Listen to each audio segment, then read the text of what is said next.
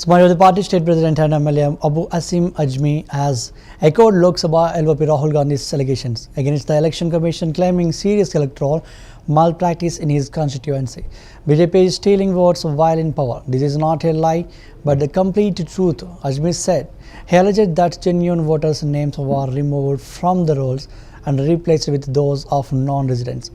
In Mankad, Shivaji Nagar, people who voted just 6 months ago found their names missing. He added, urging Operation Unity, Ajmi called on Rahul Gandhi and anti-BJP forces to come together.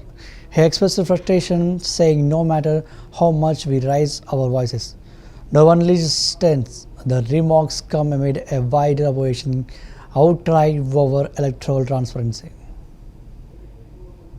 नहीं, मैं चाहता हूं कि राहुल गांधी जी के साथ तमाम वो लोग जो बीजेपी के खिलाफ हैं, जो बीजेपी सत्ता में बैठकर वोटों की चोरी कर रही है, ये झूठ नहीं, बिल्कुल सच है। मेरे इलाके में एक मानखुद शिवाजी नगर में भी लोगों ने कितने वोट चोरी किए, यानी जिन लोगों ने 6 महीने पहले वोट दिया था उन सबका नाम काट करके वहाँ पर दूसरे नाम आ गए जो वहाँ के रहने वाले ही नहीं है। तो चिल्लाते रहो, कोई सुनने वाला नहीं है। मैं समझता हूँ इसके ऊपर बहुत गंभीरता के साथ स्टडी होना चाहिए और वोटर लिस्ट सही होना चाहिए।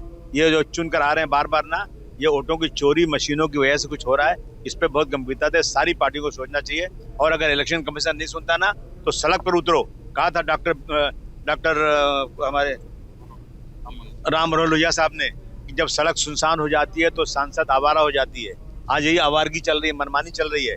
इसमें सभी लोगों को एक साथ खड़े होकर के ना इसका अपोज करना चाहिए। नहीं, मैं चाहता हूं कि राहुल गांधी जी के साथ तमाम वो लोग जो बीजेपी के खिलाफ हैं, जो बीजेपी सत्ता में बैठकर वोटों की चोरी कर रही है, ये झूठ नहीं, बिल्कुल सच है।